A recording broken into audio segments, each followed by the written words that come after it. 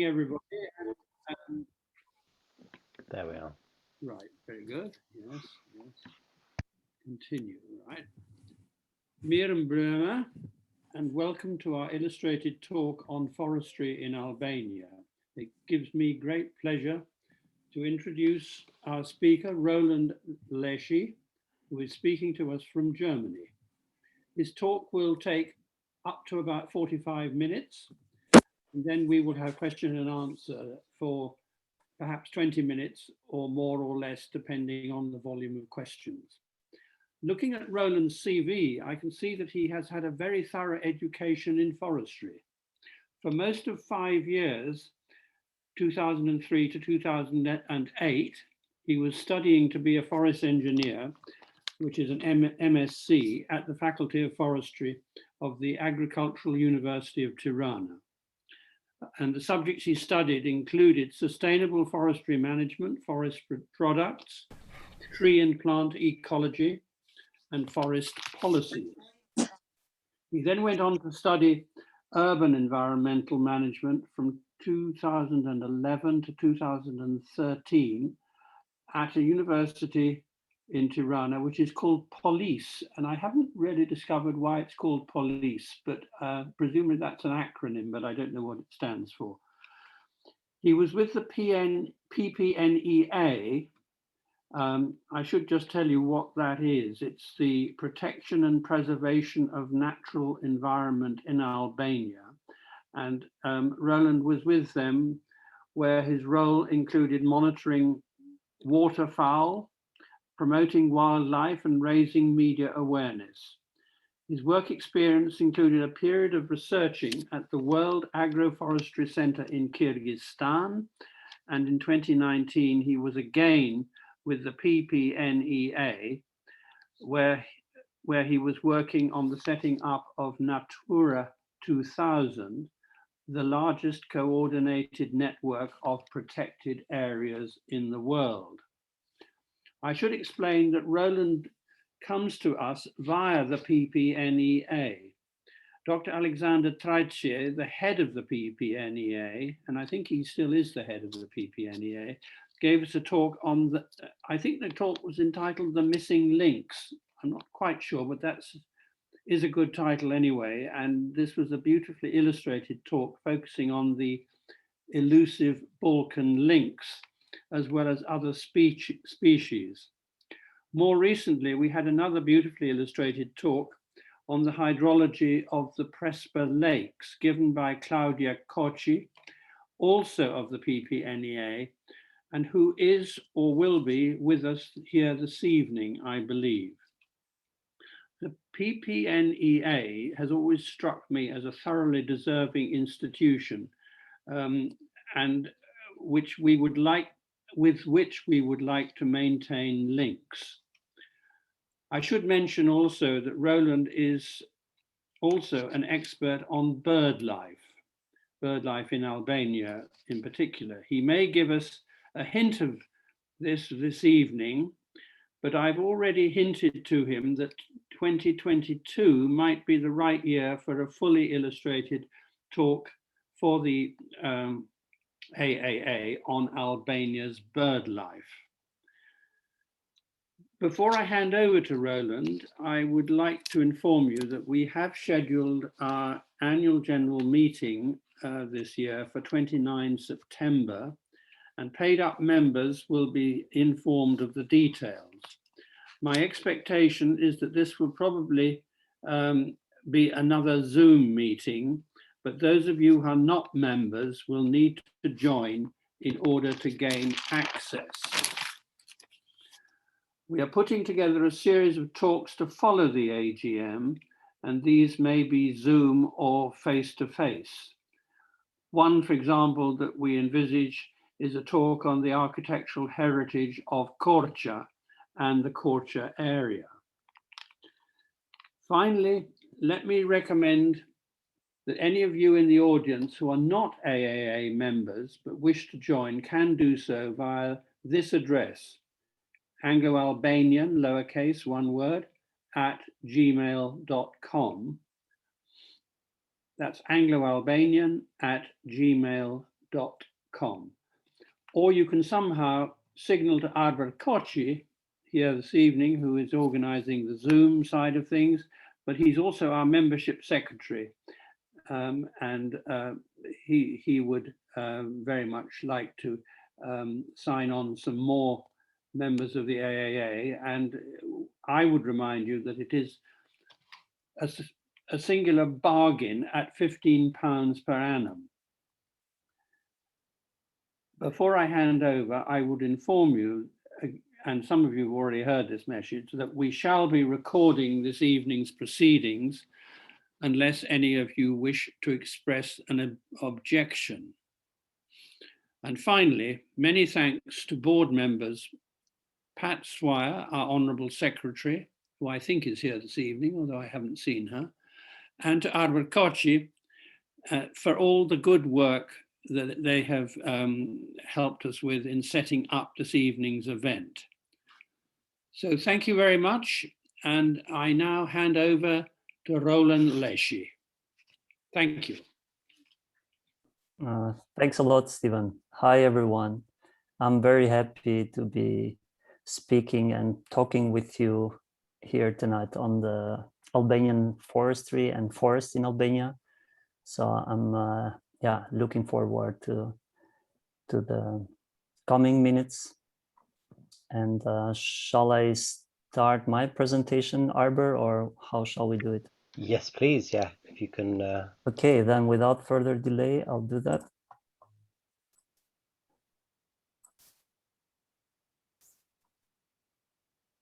I hope everyone can see it. Mm-hmm. Perfect. Yeah, once again, thanks a lot for this invitation. I'm really glad to be here. My talk tonight will be about Albanian forests or forests in Albania. And there is a saying going around in Albania, which means, or it's a country rich in poor forests, which is a bit tricky, I think, to sort of understand, but once maybe we will go through the presentation, it's going to be much more clear. And basically also these two pictures do show the two sides of the coin. Like on the one side, we do have really good and pristine preserved forest, while on the other hand, we have also badly managed and poorly managed and harvested forest at large.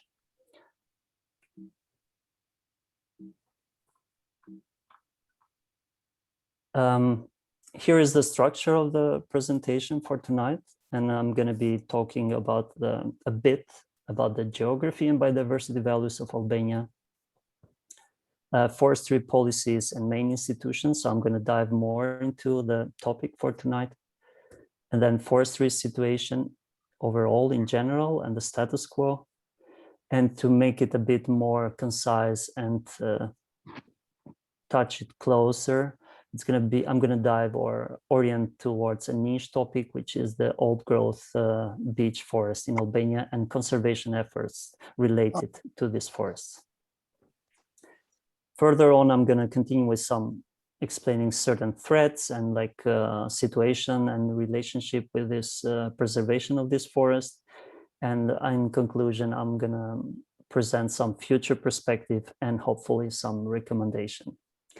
Just to be clear with everyone, I'm going to have an approach or a perspective on this presentation on the Albanian forest in the regard of conservation, not so much in harvesting and productivity.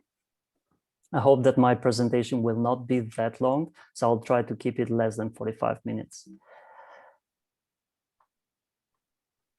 Biodiversity hotspot areas, which Albania is part of it. And what is biodiversity hotspots areas? As you can see from the map that's colored in pink, Albania is part of this biodiversity, so to say, belt, which is in along the Mediterranean territory.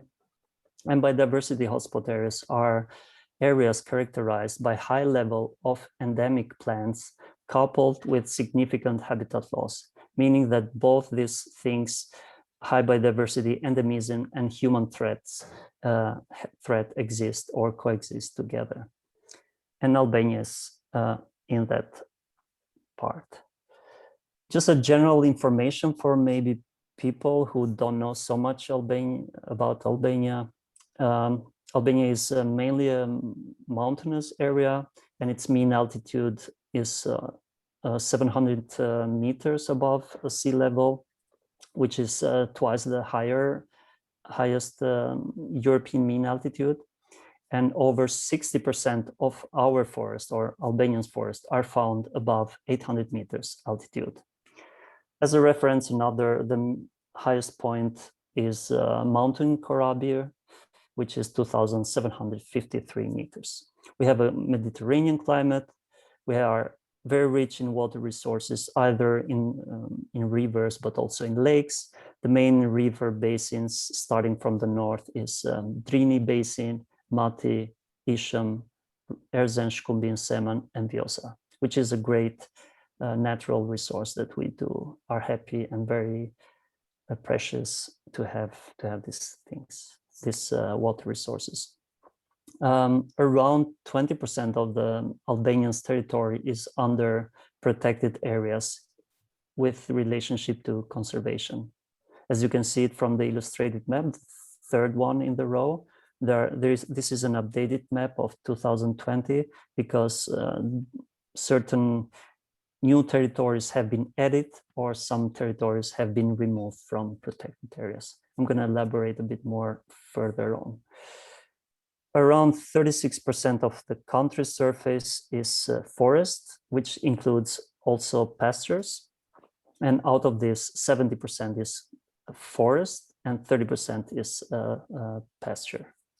Here in the dark green light or color, you can see where the main forests are found in Albania, either completely up in the north and central eastern part of Albania and a bit more in the south. And this darker green color shows or illustrates trees that have a height more than 15 meters and above.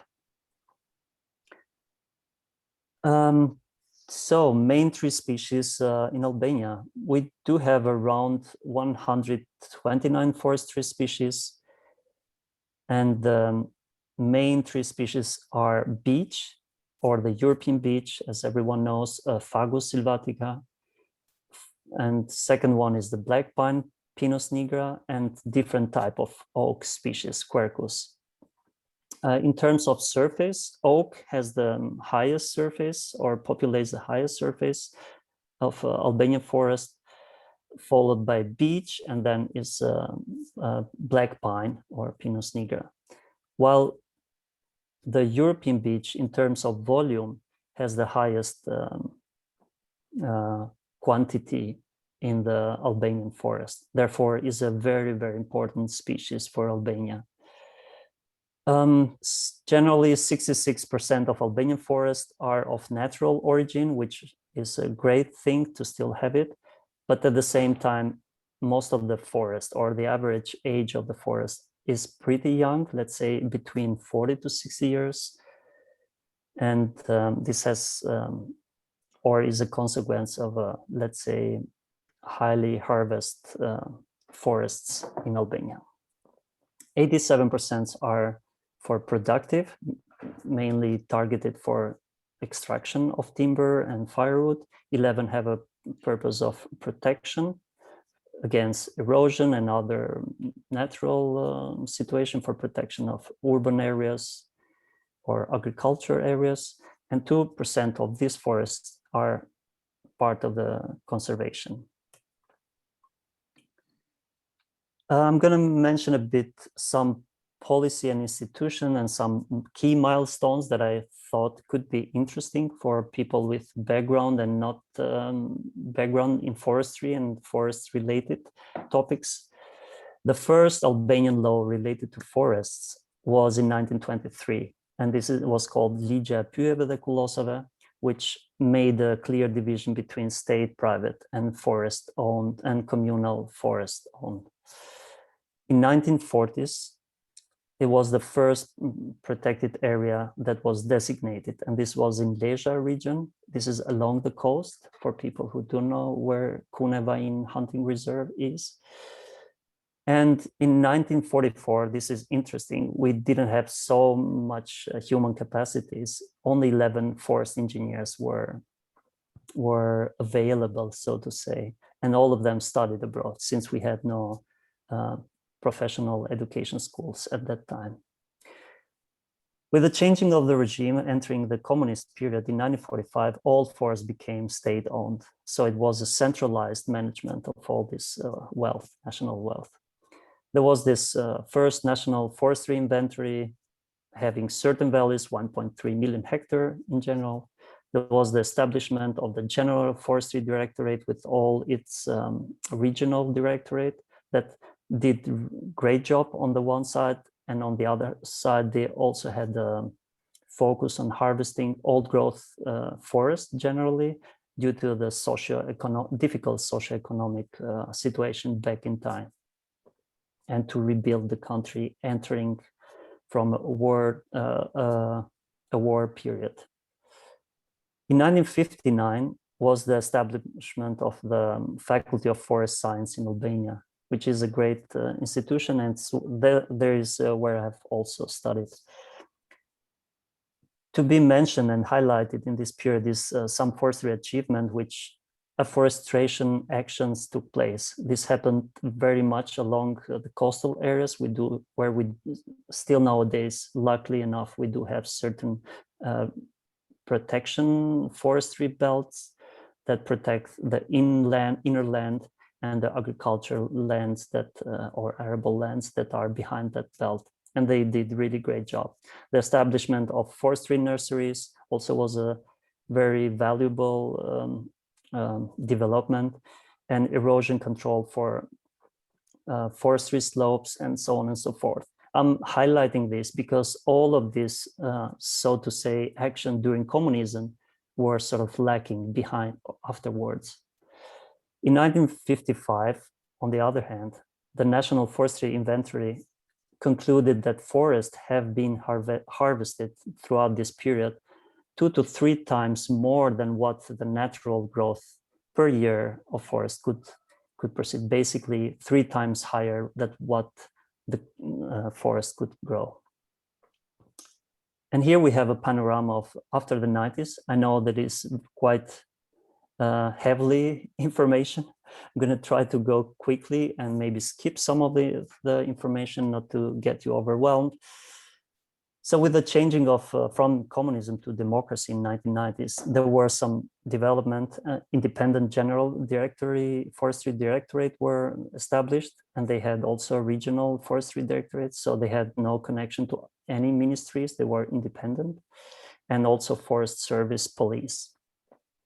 In 2004, which is a big jump in years, there was this National Forestry Inventory, which basically is supposed to happen every more or less 10 years, but due to not good continuity of policy measures, this was a gap of 20 of something years. And of course, Albania is part of many international conventions. I'm not going to mention all of them. In 2005, there was a new forestry law that started the first decentralization steps to bring forest or to give forest to the administration of local government, municipalities, and communes. In the same year, this independent General Forestry Director was dissolved, so to say, and was transferred as part of the Ministry of the Environment back in time, which nowadays is called Ministry of Tourism and the Environment, which the environment took a second part, and tourism got more focused, so to say. So basically from this range of years, 2007 to 2014, forestry institutions were in a not so good position.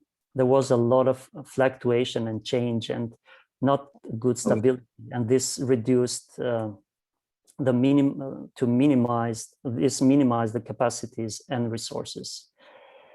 In 2011, it was a good development to have the law on environmental protection.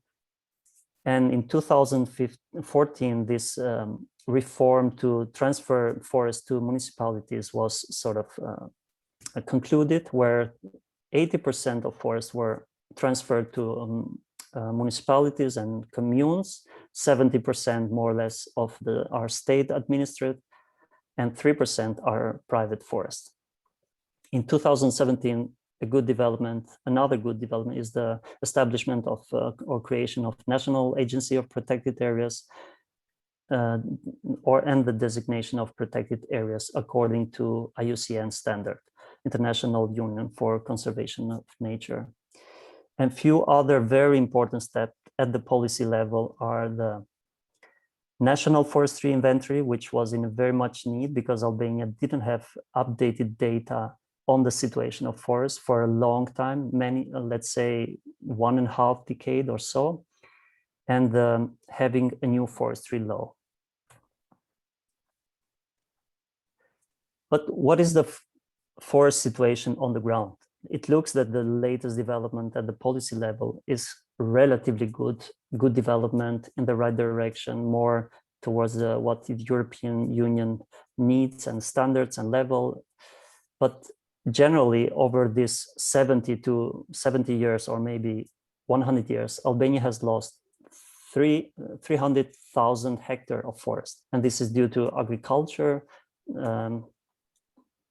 land change use, timber harvest, firewood, and so on. So more or less, there was like throughout the period, 3 to 4 times more timber extraction than the annual growth. Before communism, it was like a focus on extracting this timber from old growth forests. And after the 90s, more or less, the situation was, I could say, abusive in both, in all kind of senses.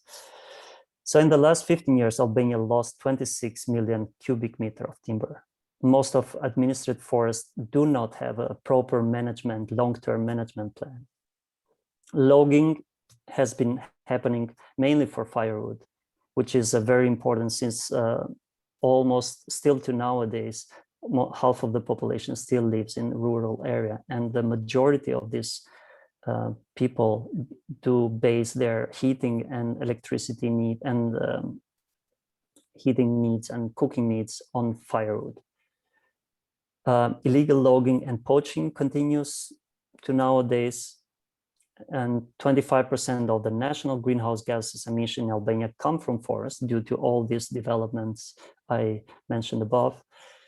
We have a really high rate of erosion, which is pretty bad and is the highest in Europe, and partially is a consequence of forest bad management. And the reforestation projects or reforestation actions are very low in the last 3 decades or have been there. And there are scenarios that do show that minimally every year 500 hectares of reforestation have to happen to reach a sustainability moment by 2040, for example. And there is a big gap in trained forestry specialists. So what happened? All this panorama I just mentioned, Albanian government at some points saw that this was an alarming situation for forest and forest situation and its flora and fauna and everything else. And then they decided in 2014 to establish this moratorium or hunting ban for wildlife all over at the national scale. And in 2016, this was followed by the logging ban for 10 years, which per se, it's a great move, even though a bit drastic, but it looked like this was the situation to have such kind of a drastic measure. Just to illustrate a bit, here I have some snapshot of maps from 2001 to 2012 of forest cover loss that are proxy situation showing from this Global Forest Watch. They are taken, and in 2011 you can see, 2001, sorry, you can see the red dot on the map. Moving in 2017, this red areas or plots start to increase, and 2014 even more, and 2020 even are even higher. Of course, on the other hand, there is always forest gain, but if you compare the maps, there is much less forest cover gain than the forest cover loss. And all the reasons for this forest cover loss are deforestation, fire, logging, different diseases, storm damage, and so on and so forth. Just to mention a bit, forest fires have been increased in the recent decades. In 2012, you can see from the map on the left-hand side, in 2012, we did have in Albania a lot of fires, at least in terms of numbers. And in 2017, another high peak. And this is confirmed by corresponding values from the Albanian Institute of Instat, which is Albanian Institute of Statistics, and these proxy values that are given on this website, dedicated website for forestry. So main causes for forest fires, what are they? They are accidental, that could happen, that everyone can start a fire out of nothing. They are intentionally, and they can be done by shepherds. They either want to open new grazing areas or renew pastures. They have this thinking that if they burn the grass, the new grass will grow better. But sometimes this fire gets out of hand. And which is also another reason, which is very bad, is intentionally after illegal logging, people wants to cover their traces. Albanian forests in general have been also, or are impacted by insects and disease damages, and around 26% of Albanian forests are infected. And this is a newly updated value or figure. The main problematic situations are with the Austrian pine, Pinus nigra, and this pine processionary insect. The larvae of this pine processionary do eat the needles of the pine, and this is extended at large. Second one is chestnut. We do have forests of chestnuts, especially in the northern part of Albania, Nika and Mërtur, and so on, and other areas, and they are also causing a lot of problems, either at the biodiversity level, but also economically, because a lot of local communities do depend on the secondary products from chestnuts. Oak is another forestry species which is under attack of oak processionary, and this is also very damaging. A newly development here on the last pictures on the right-hand side is the common box, or Buxus sempervirensis in Latin, which this new sort of invasive disease has been spotted out in certain areas, and this is in Shkopet in the region of Dibra and Burrel. To make it a bit more concrete and to not make it so much boring, just like figures and numbers and values, I'm going to dive into more specific part of the Albanian forest, which is the old growth beech forest in Albania, which are the last remnants of ancient beech forest in Albania. Unfortunately enough, we did have a lot of old growth forest back in 1944, like 40% of the forest fund, the total forest fund of the Albania was old growth forest. In 1997, this percentage went to 7%. And in 2017, only 1%. I'm pretty sure at the moment the percentage is even lower, but we're still very, very happy to have these 6 islands that, starting from the north of Albania, they are located in the Albanian Alps, and then more central and central eastern Albania. And they are called Livadi Harushës, Tropoja River, Gashi River, Cura Jepërn, Zalë Gjoçaj, Rajca. But why are these forests of such importance, value, or for biodiversity? First, they should have no signs of direct human impact during their development. And those forests do generally represent a high diversity of like old trees, fallen trees, new trees, rich forest floor with high organic matter, high biodiversity in terms of flora and fauna. Basically, they represent the genetic reservoir for the beach itself, but also for other species. At least there is an assessment done by Diku and Shuka in 2017, a very, very important assessment, showing that at least 81% and 81 endangered and red list plant species do live there. They are water towers for people in nature, and they are relevant because they are at the geographical extremities of the European beech forest happening. And they are very much a target for more scientific research. They are important for the wider landscape, and they are great target for sustainable tourism. It would be great to visit those areas because they are truly pristine in their status and in their situation. They do have some they do have pretty good national level and international status. Lleshi River and Rajca do have a double one at the national level and the international level, while just recently the last three ones, which belong to the Albanian Alps, they have gotten status of protection. In 2020, they were part of the national park, newly designated national park, Albanian Alps, while Zaljochaj was, so to say, downgraded as it was part of the national park Lura, and at the moment its status is a bit not so clear.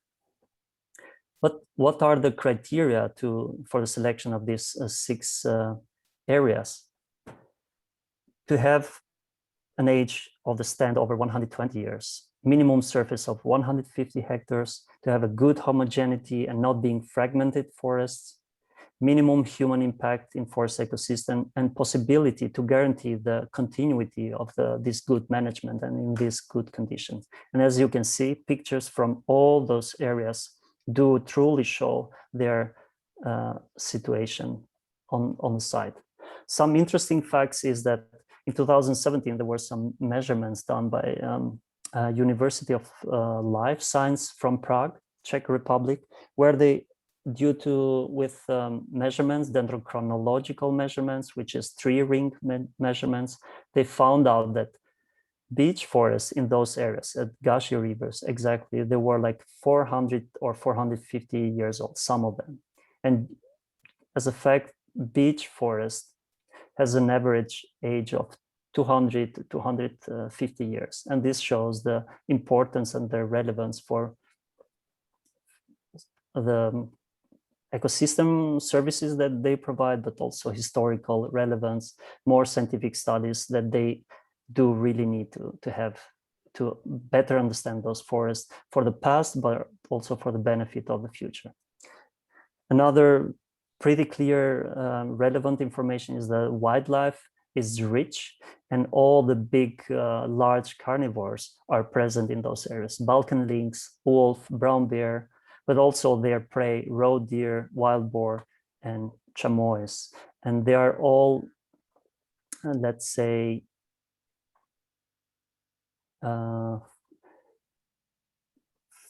found, or they have been historical data in the last decade, at least from the PPNEA, as you mentioned, Protection Preservation of Natural Environment in Albania, which have been doing great research work with camera trapping, box trapping, telemetry.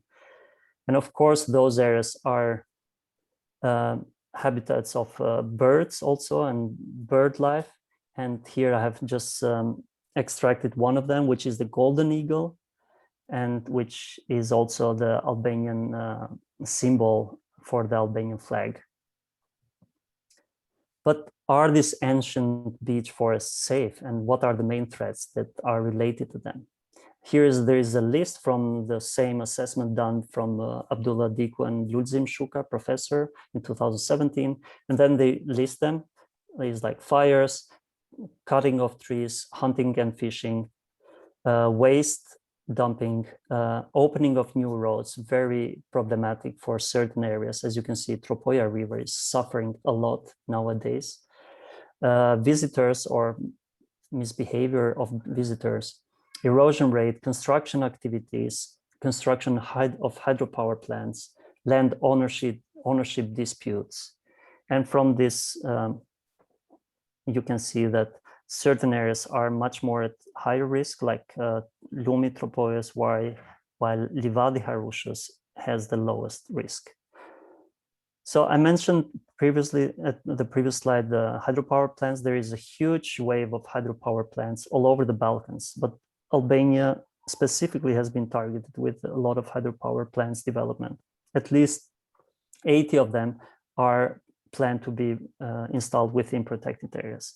In total, there are 361 hydropower plants planned to be constructed. And this is a very bad development for the conservation status of those areas. And much of those areas under target, guess what, are those which the highest pristine and biodiversity values. Tourism is a great thing, and these areas have a high potential and should further develop, but in a more sustainable way, because we do see a lot of waste pollution. Illegal logging is still happening, and there are everyday proofs for that. Informal settlements, as I mentioned, they are popping up in areas close to these protected areas, but not only. And these are relatively threatening a lot this situation, these areas. But there is some good work done from the organization I belong to that I'm representing tonight. Since 2005, PPNEA, or PPNEA as we call it, has been present in those areas of pristine forests. So through different projects, or at least since 2006, Albania has been applying or managing this project for the recovery program of the Balkan links. And throughout all the activities, there are projects or different projects focused more in nature conservation, but also sustainable development. And this happened in 2015 until 2017, where pilot projects with local communities, local NGOs, participated in workshops and tried to get with a call for proposals to be more sustainable in their regions. And this approach tried to develop and identify the most suitable pilot projects. And from this pilot project, we can see in Rajca, which is one of the old growth beech forests and the core area of Šebenik Jablanica National Park, close to Elbasan. There was one for nature guides, which even to nowadays, some of these participants are very successful people in showing these natural values of Rajca, but also the surrounding territories. Another pilot project was the improvement of underutilized and degraded agricultural land, where in this case, alternative income sources would be provided to local farmers in terms of giving hazelnut trees to plant in degraded areas. And this is a picture of 2020. So 5 to 6 years ago and to nowadays, they have started to get their first results. Another one pilot project was to introduce heating devices in local schools to minimize the consumption of firewood and pressure on forests.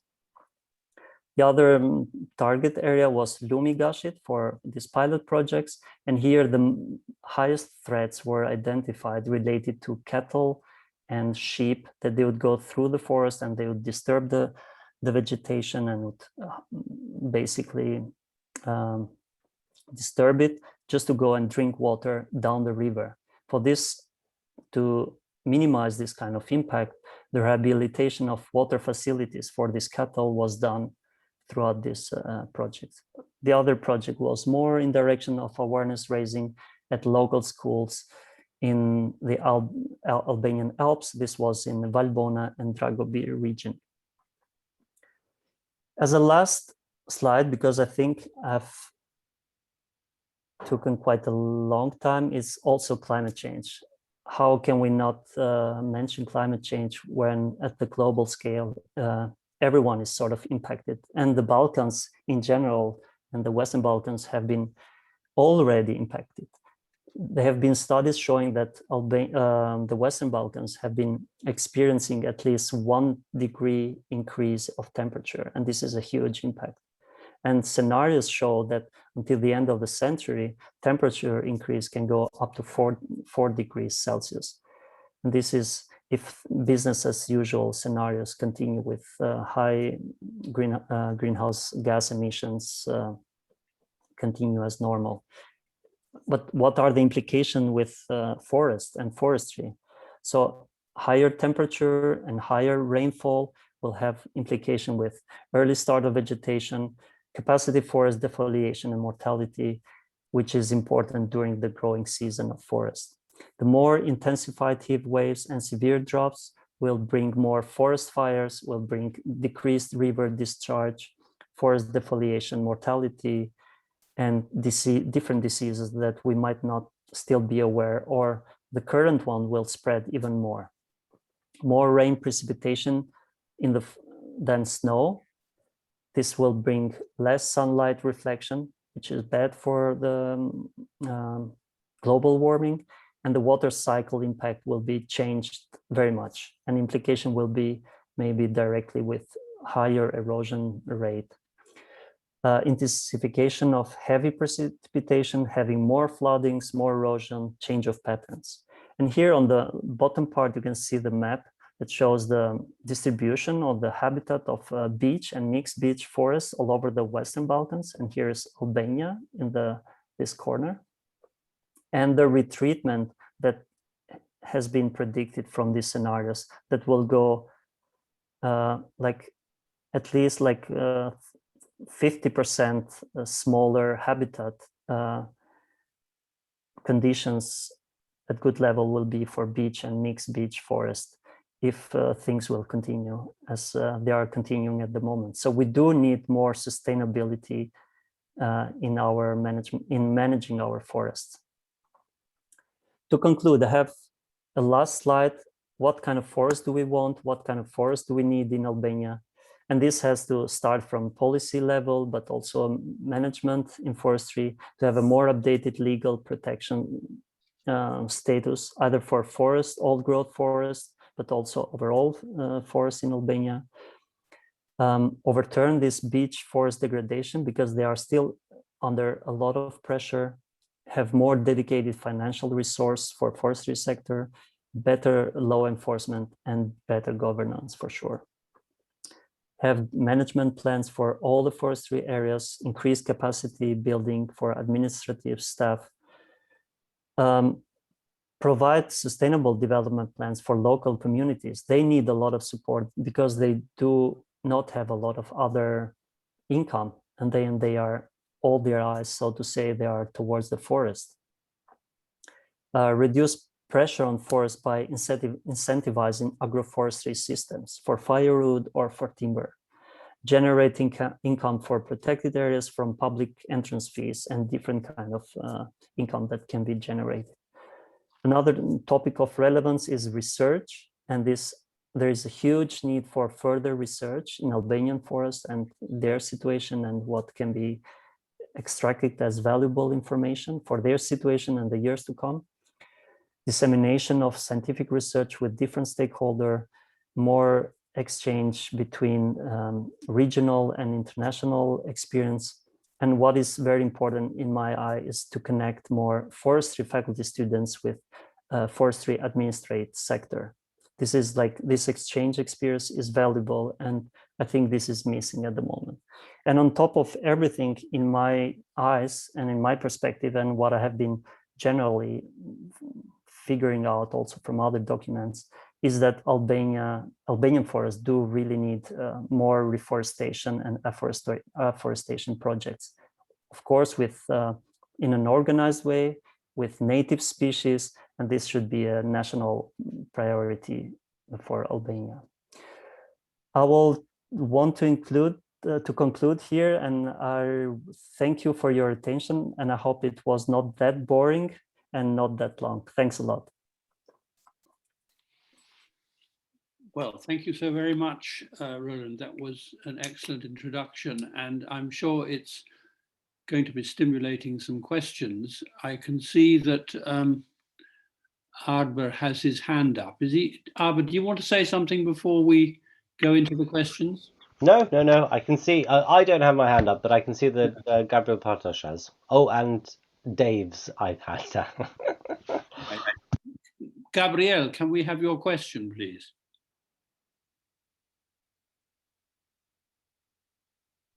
Yeah, sure. And thank you, Roland, for an excellent, very comprehensive presentation. I've got quite a few questions, but I think I will just stick to one for now, and maybe there's a chance I will come back to some of the others. The question I'd like to put to you is, you mentioned the ban on hunting, the 5-year ban on hunting introduced in 2014 and the 10-year ban on logging 2016. I was just wondering, given also your reference to improved policing and enforcement, I was just wondering to what extent has it been established how successful the bans were or how well they've been enforced? Is there any data relating to that, given that obviously enforcement across the board in Albania in terms of rule of law remains a problematic issue? Yeah, thanks a lot, Gabriel, for this very relevant question. The enforcement of law is a big issue and problematic in Albania for sure, and related to poaching, even though there is a moratorium, as you mentioned, as I also had it part of my presentation. Unfortunately, poaching has been happening. Of course, there are positive aspects and developments in certain areas, but there is a big of ambiguity or misunderstanding of what national hunting ban was. Basically, protected areas that were already designated as protected areas, hunting was already not allowed in those areas, even though it was happening. And people said, oh, let's not, or let's protect more the protected areas, but at the same time, we can go into other areas and apply our hunting activity. So let's say there are data and there is research, and this has been done by civil society and different NGOs, and PPNEA also has different documented materials that have been throughout the years presenting this unfortunately bad development that not everywhere at the national scale the poaching ban was, the hunting ban was in place and was properly enforced. So yeah, it has been happening, and it is still happening at the same time, unfortunately. But I have to say that, as I mentioned at the beginning, the good development on the one side is that certain areas got much more focus from state authorities, even though that kind of attention should have been even there, even without the need of a national hunting ban. But this was just a bit of a misunderstanding of what was the level of this kind of drastic policy. Sorry, what about the logging ban that you also mentioned? Great question also. So the logging ban generally includes also municipalities still are excluded from this. They still have to provide firewoods for their communities and people in need. So there are certain harvests. Of course, industrial harvest is completely banned. Unfortunately, the same data and the same news come also from the logging ban situation. There are on a daily basis or very frequently news of illegal logging happening all over Albania. And again here, PPNEA in 2019, if I'm not wrong, or 2020, published this report for the very important area of Munela Mountain, where is the habitat of the Balkan lynx, or one of the most important habitats, that the logging has been happening very regularly. And yeah, there is like a good and bad situation, but generally the emplacement has not been very much at the level that was expected. I think we've got No, Gillian, I think, isn't it? that's Gillian. it. Yeah, thank you. Yes, you'll realise that I'm not Dave, but Gillian Gloyer. I write the BRAT guide. So I mean, thank you very much, Roland, for that very interesting talk. I mean, I've known about BNA's work for many years, and you do great work. Last summer I was fortunate enough to go to Šibenik, Rajca, where I'd never been before, and I also went back to Lura, where I had been before, but not for about maybe 10 years.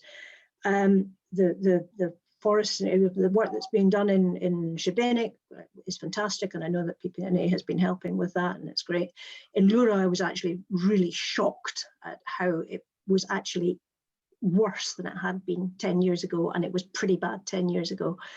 So my question for you is about now that forestry management has been decentralized, do you think that municipalities are adequately equipped to manage the forests and the protected areas within their boundaries? I mean, not just money, but also in terms of their staff and in terms of the political interest, because the municipalities are now so big.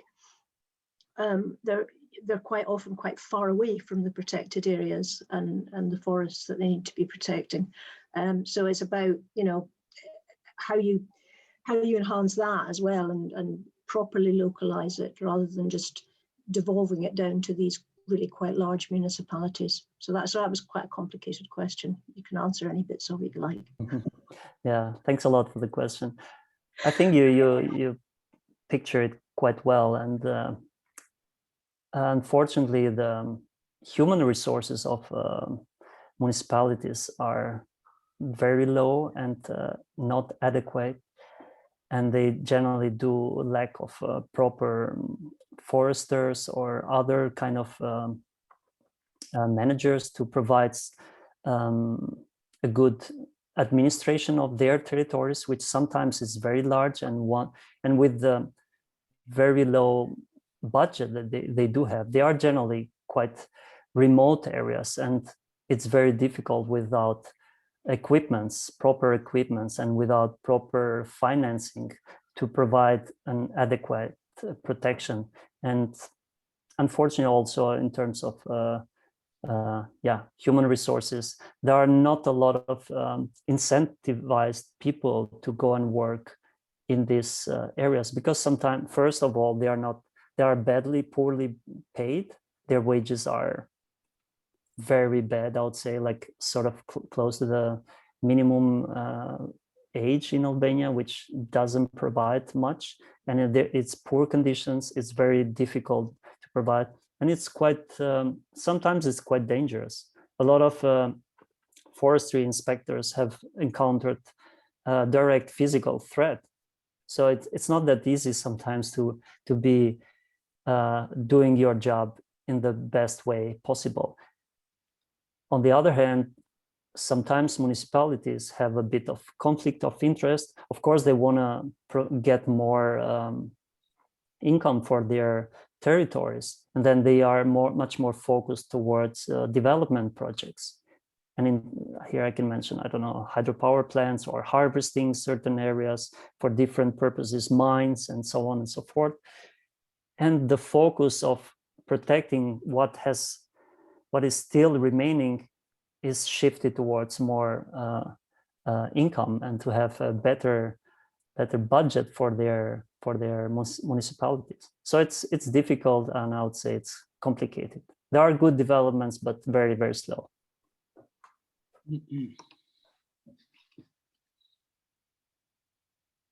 I'd like to ask a question, if I could. I think you told us that the percentage of Albania that is forest is 36%. Is that correct? 36%. Now, is that percentage going up or down at the moment? And is that a worrying signal for the general health of the forested area. Thanks a lot, Stephen. I don't think the main problematic situation or the issue is in terms of surface, because sometimes you can be tricked into, oh, the surface is pretty large or is steady at least. But the situation within those proclaimed forests is degraded so much that at some point they are formally being called part of, or they are part of the National Forestry Fund, but they are not at the level to provide good either economical or environmental values. So I know that with the latest National Forestry Fund that started in 2018 and ended up in 2020, the methodology of mapping this forest has changed a bit, and of course is much more updated, and there are really good instruments used for these measurements, but they have done this different thing. From the last inventory in 2004 considered forests that had a forest cover from 30% and up, while the latest forestry fund inventory considered as forest the one that were 10% and higher. So sometimes numbers can trick you or not show the proper reality. So I would also relate that also to the surface in terms of area. That's why I mentioned at the beginning, there is like, it's a country rich in poor forest. That was the term. I see there are quite some questions in the chat. Yes. Maybe I can take the first one from Kelsey, sorry. Are you going to read it out, or can everybody see it? I can read it. I've heard that Agencia Kombëtare e Pyjeve, which is the National Agency of Forests, was established in September 2020. Have you heard about this, or can you speak on to the scope of their work? Fire, timber, forest products. Yes, Kelsey, thanks a lot for the question. I think I had it as part of my in my slides, and mentioned this really important development, because the situation of forestry institution has been very bad in the last 20 years, or they have been getting not so much focus from state institution. Having such kind of dedicated institution is a huge development towards a positive aspect. I'm not very much familiar, because there's not much work being done by this newly established institution, but of course they do have cover all the topic that you have included here, like fire, timber, forest products, and they will focus more in the better management of forests that are targeted as productive forests. And of course they do have this kind of objectives in their work, I guess. So I'm not that much updated in that regard, sorry. The second question is from David. The area of beech forest that could be lost, shown by red lines, is frightening. Is this threat entirely from climate change or logging or other commercial operations? Forest vital to protect us against climate crisis. I guess you referred to the last slide, and I think this is a study done in 2018, and this is considering climate change impact. So I would say this is much more related to direct climate change impact. But I do have the document and the research done, so if you are interested, I could gladly forward it to you for more information. And then there's a second question from David Oakley Hill, which is, thank you for telling us about the hydro plants. These ruin biodiverse habitats, and Albania is a haven for some species that can no longer live elsewhere. Are there any movements against some of this hydro? There are really good civil society or activists. There is this, maybe you have heard this, Save the Blue Heart of Europe. There is this initiative, international initiative at the European level, where NGOs and other actors do want to protect the rivers and pristine rivers, not only in Albania, all over the Balkans, and they are completely against this tsunami of hydropower plants happening or targeting the Western Balkans in the coming decade. So, and one of the most famous forests for this is the Vjosa River, and I'm sure some of you have heard of it. It's positioned or located in the southern Albania and starts from the Greece borders and goes to the Adriatic coast, close to Vlora. And this has been targeted at least 8 or 9 dams only in the main river, but also in the other tributary rivers, so many other small hydropowers. Even though they are small, their damage is at a high scale. Of course, there is a big resistance, and there are some good developments. They have been managed to either stop certain developments in this regard or delay at least. Right, more questions, please. I think it's Georgi. Ah, Georgi, yes. Come along, I can see you in... Hi everyone. Hi, Stephen. And Good to see you. Roland, faleminderit për prezentimin. I'll continue in English from now on. I had 2 very practical questions. Where do the trees that are used for reforestation come from? I mean, is there a network of nurseries in the country that provides the trees for the new forest, the forests that are being planted? And the second is, are there any areas of Albania that would be sort of profitable in terms of forest planting as a business? And what I have in mind is the European or North American companies that use forests to produce pellets for heating as an alternative to gas or oil or that kind of fuel. Yeah. Georgi, this question is very dear to me. I'm really concerned with this matter of like tree nurseries for forests, and it's a hugely important topic.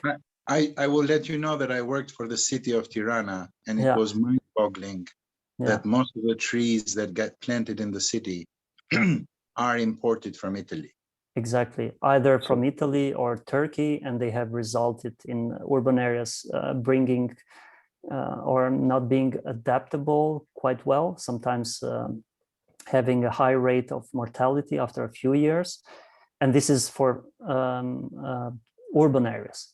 If you go to the forest areas, if you introduce trees coming from other regions, that would be a huge mistake. And this has happened sometimes. I'm not sure, but this single project-based initiatives of different people without a proper program, they have been planting, for example, trees that are outside their range of natural conditions, or introducing trees coming from other neighboring countries, which we don't know if they are good, adaptable. Are they going to bring any new diseases? Are they going to be invasive? Are they going to be taking over the native species? So we do definitely desperately need this kind of integrated system of tree nurseries all over Albania. And then they have to be sort of regionally located, in my view, in my perspective, and they should be, that's why this kind of islands of not only beech, but also other species like black pine, for example, they should be preserved with very much care, because they are productive, and those seeds should be used to sort of have a newly installed forest or reforest areas of totally harvested in a bad way. So yeah, this is a huge thing, and there is huge potential for this. Also in the economical term, I would say there is quite some benefit, and I think even at the European level there is quite some incentives to work in this regard, to have more forests planted to mitigate climate change, and you can name it in different. Yeah. Okay, thank you. But I mean, I don't know much about it. But is fast growing, or are fast growing nurseries something that depend on, so to speak, technology, or do they also depend on the soil types? And then the question would be, are there areas in Albania that would sort of be appropriate for fast growing nurseries, even as a business? I mean, not only for reforestation, but also for the wood pellet industry. I'm not maybe it's too technical. Yeah, it's a bit technical, but I think I have a bit of information on that. I don't expect to have all the knowledge. Okay. And please correct me if I'm wrong. I think there are some projects happening with, I don't know if you have heard, poplars or Paudonia. Yeah. And there are good and bad sides on these aspects. These plantations are being planted generally in arable land, and exactly, Albania, which is a huge problem. Also. Exactly, we do have the lowest arable land per capita or per person at the European level, and we are losing arable land. We have lost arable land due to informal settlements, and so we cannot afford to have this kind of drawback. I think agroforestry as a concept, where you mix trees and agriculture, is interesting, but having single plantation species planted in a big plot, personally, I'll be against this kind of orientation, but having more sustainable integrated agroforestry, it's a great idea. Right. Well, I mean, it's sort of a bit different, but I was reading an article in the New Yorker yesterday about the damage that European guidelines to develop alternatives to fossil fuels have had in North America, in places like North Carolina, where huge areas are being deforested because the US allows that as a business, so that they can develop the pellets that then get imported to Europe. So I think Albania may be affected by that, but that's probably a question of policy, but also of climatic conditions. I mean, yeah. Yeah, we do have the Green Deal, as everyone is aware, I guess, and the biofuels for energy, for sustainable energy, and pellets is one of these biofuels, are a big target, and a lot of opposition at European level is happening from nature conservation NGOs and people. Yeah. Well, what happens is. No, sorry, I interrupted you. It's okay, it's fine. Okay. No, I mean, what seems to be the problem is that it gets exported outside of Europe in order to respect the guidelines within the EU. And Albania may be one of those places, unless it enters the EU anytime soon. Exactly. So if it happens in the US, it for sure can happen to a smaller scale in places like Albania. It's happening in US, it's happening in Russia, where a lot of timber and other forest products are being imported. It's happening in Romania, which is still in the heart of Europe in a way. It's part of the European Union, but pristine forest and beech forest, old growth forests are being harvested unsustainably by European companies. So there is always some gap to profit or to be. Yeah. Okay. So it's a bad development in my perspective. Right. Thank you.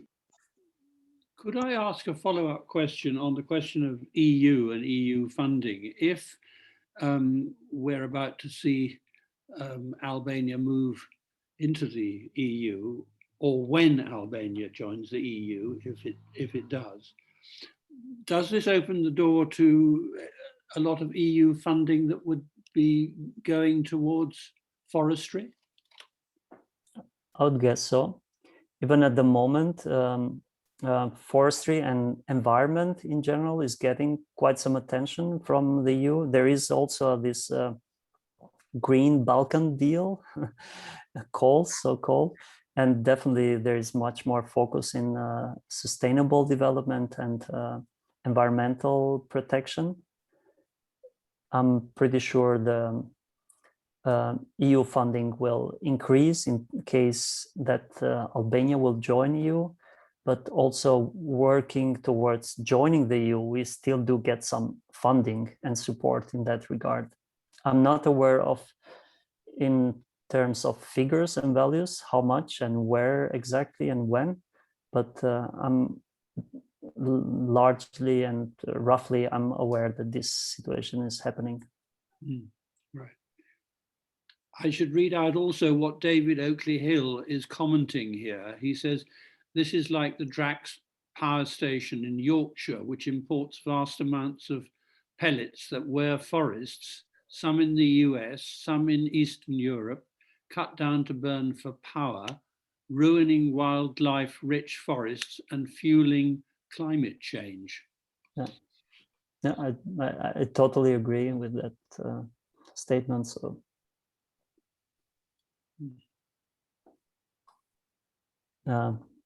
Fadil, maybe. I don't know if I'm mistaking or missing any question, but Fadil, if you want.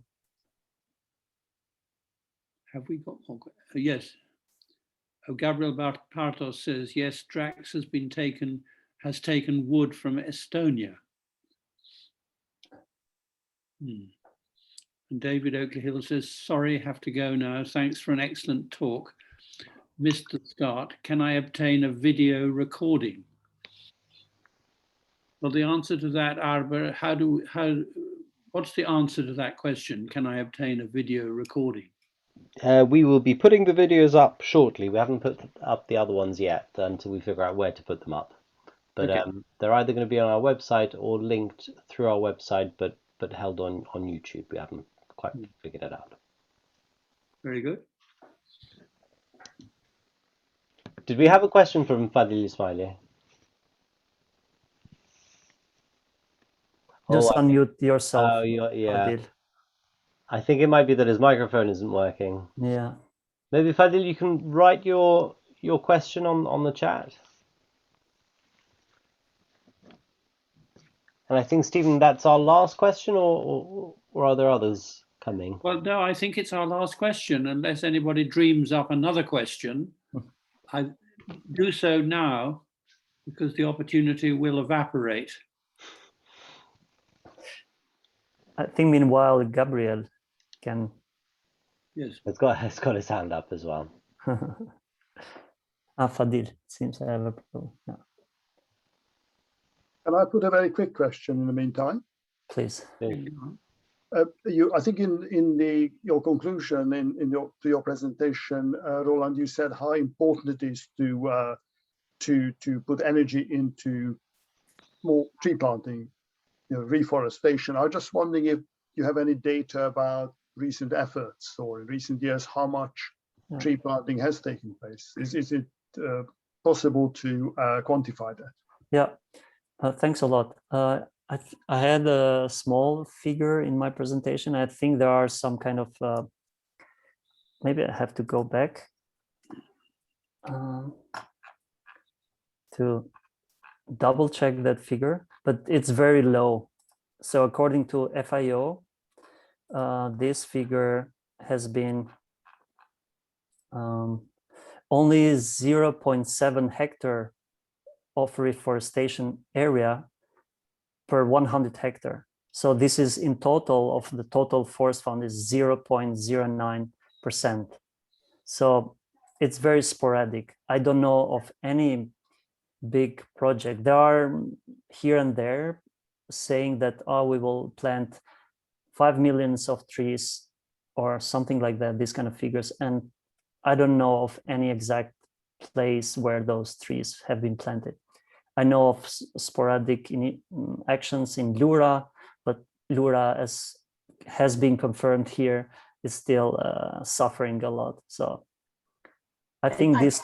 I think that I was told when I was there that most of the trees that they had planted were the wrong sort of trees and they have died. Exactly. This is you start with a good intention, but you do more harm than good things. So that's why it should be very well coordinated and done by professionals. I'm going to read Fadil Ismaili's question. Why Albania need to give any effort on renewable energy sources, RES, I guess, integration, given that more than 95% of power supply is coming from hydropower plant? This is that's very good. Thanks a lot, Fadil.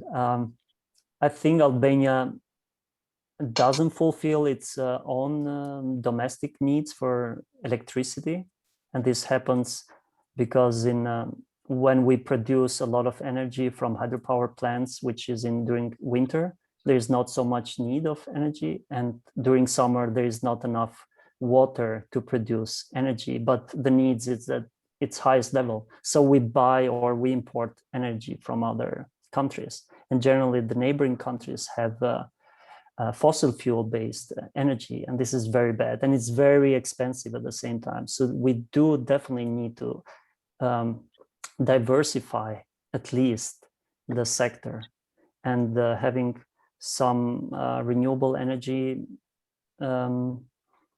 farms, either solar or wind farms, should be wisely and very carefully decided where and when, because you can do at the same time much more harm for those biodiversity areas. We know that this kind of infrastructure have a huge impact on nature and wildlife. So yeah, we do need that kind of diversification, I'd say.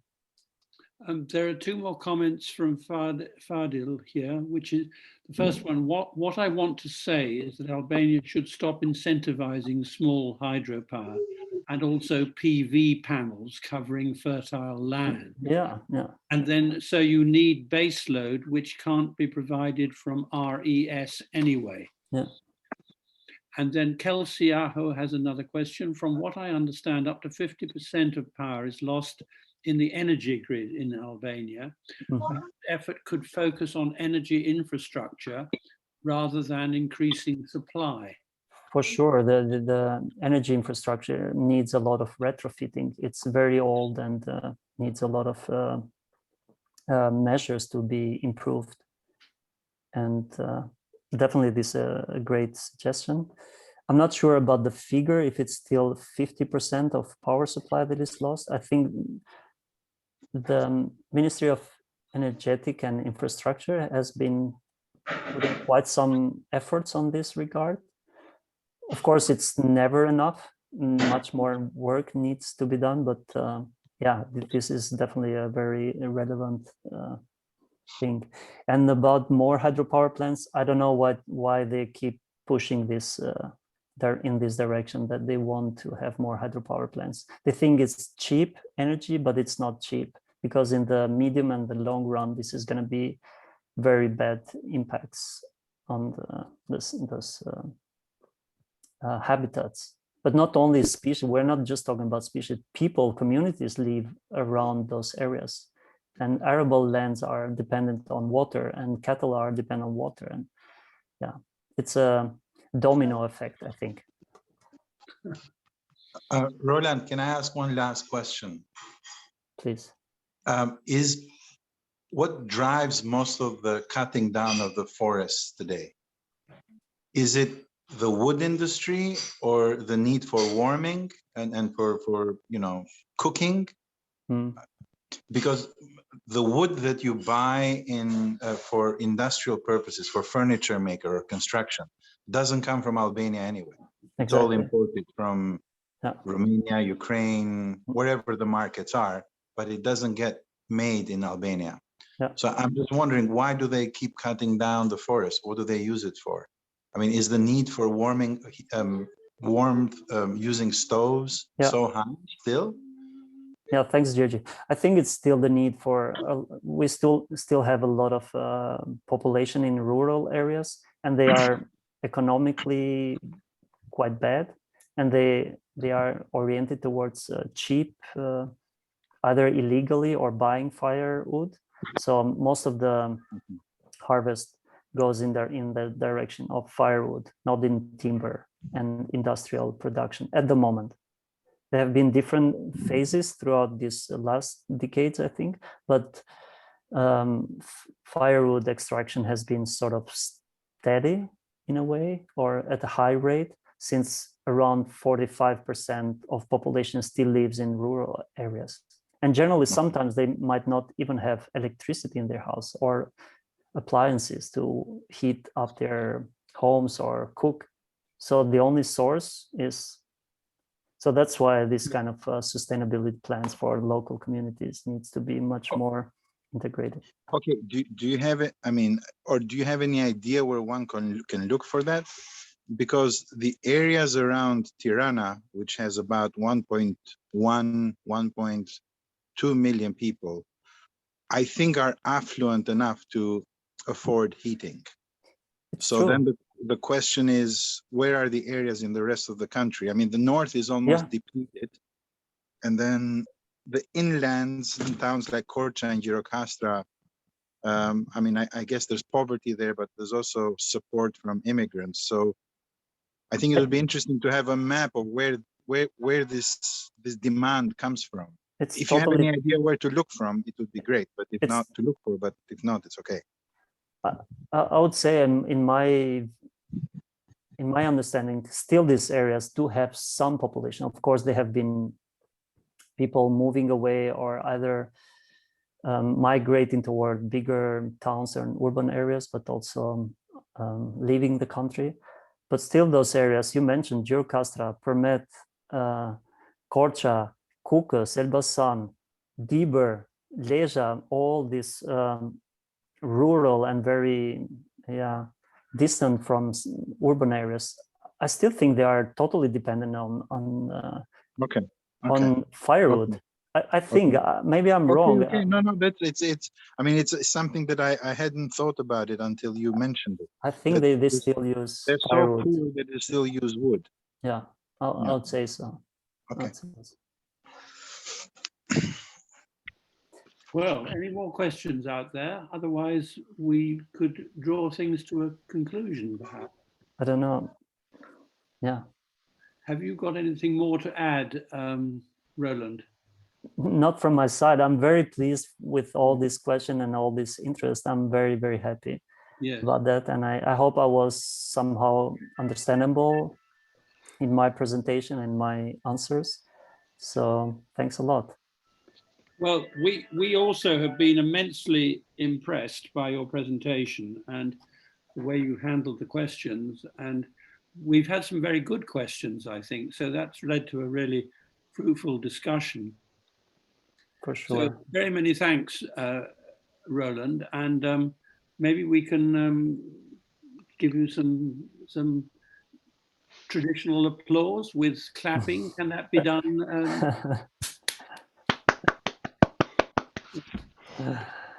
We do it in Albania. And I hope we can persuade you to come back and talk about bird life in Albania. We've got you marked for that sometime in the future. Either me or my colleagues. I'm pretty sure there are a lot of people who can do that, but would be glad and flattered. Right. Well, very many thanks anyway, and many thanks to all of you in the audience who've joined us. I did get a phone call just now from Lleshi, and I wonder whether she is trying to ask a question. How could we find this out? I better just ring her back and see whether. Sorry. I think Iris has a raised hand, but Iris. Can you do that, Steve? Sorry. And Am I on the air? Do you have a question, Mike? Yes. Yes, go ahead. I Mike is a retired forest officer, and so he causing chaos. knows about trees. We have a beech. Your ancient beech forests sound really wonderful. Are there any other hardwoods in these forests? In England, we have oak forests and things. I wondered if they were very varied. And then the beech forests in England, in the Chilterns, are associated with traditional industries like furniture making, and they make really fine furniture in those areas, which finishes up in antique shops as often as not. Are there any industries associated with your ancient forests? And these forest areas sound very romantic. Does the public have access to these? Is there free access to the ancient forests? They sound rather grand. Thanks a lot. I'll start from the last question. Hello. Yes, some of them are reachable, and It will say it now to me now. Some of them are pretty difficult to be reached, which at the same time it's a good thing because much more pressure would be on those forests, because looking at how little and how much they have shrunk throughout the years. Right. But if you are a nature-loving person and you like hiking and stuff like that, it's a great thing. Right. Other than that, sometimes the infrastructure lacks, which in my eyes is a good thing, especially in the Albanian Alps. Some areas are so remote that from a certain point you will have to walk with hours to reach villages first, and then reach forests which are found at higher altitude. I'm not sure if I properly understood your first question. I'm sorry. Can you repeat that? The one about the furniture making in England. Yeah. For any traditional industries, it sounds as if firewood's a chief concern. And if there is any furniture industry tradition in Albania, that's in wood. Yeah. During communism, there was. Right now is almost disappearing, at least with related with Albanian or timber coming from Albanian forests. As was mentioned here by Lleshi, there is a lot of wood being imported for furniture. So at the moment, this industry is underdeveloped or non-existing, I would say. Mm-hmm. If that was the question. It is in England, it is a friendly, ecologically friendly. We don't have that. We don't have that. I think generally beech forests are targeted as firewood or to provide firewood. And other species like pine or Bosnian pine and very endemic or subendemic species, Macedonian pine, they are more targeted for timber and highly valuable furniture. Does the oak grow in Albania? It grows in Albania. Yeah. We do have most of the surfaces of forest surfaces are made out of oaks, different species. Yeah. While in volume terms, the beech is the species with the highest volume, while as a diversity, as the biggest surface is different type of oaks. Yes. I don't know their names in English. Quercus ilex, Quercus petrea. Maybe you can. Yeah. Quercus robur, Quercus pedunculus. Quercus robur. Yeah, exactly. Oh, thank you very much. Anyway, thank you. Thank you. Thank you, Mike, for your question. I've got several other comments written down here. And firstly, Alison Carter says, thank you, Roland. Very good talk. Fadil says, Faleminderit Shum Roland. Joanna says, I have to go, but thanks, Roland, for a great talk, which opened up a new area for us. And Davis says, an architect friend of mine has started using Albanian oak in some of her projects. And I've also had Patricia Nugi on the telephone. She is a member of our board and knows Albania very well. And she said that some years ago, she took 200 young beech trees to plant in Albania, and they were all, or most of them, were eaten by goats. So it was not a very satisfactory operation, as far as I can gather. It's true. But she may have more to add when she hears what I'm saying. Maybe I've missed part of the story because I was trying to listen to two people at the same time. Yeah, I think if I can comment on that, maybe with a lot of sheep and goat herds are present in Albania, so it's not a surprise that these young trees were eaten up. Mm-hmm. It's one of the biggest problems sometimes, like unsustainable, this kind of practices. Yeah. Well, I just one more comment from Gillian, who said that this last comment about a friend using Albanian oak is actually from her. I hadn't understood that. But once again, very many thanks, Roland, and I hope we will see you on future occasions. And it's been a great pleasure to meet you and to hear your excellent talk. Very many thanks. Thanks a lot. So thanks bye here. now. Bye-bye. Have a good night. Mirupavshin. Mirupavshin.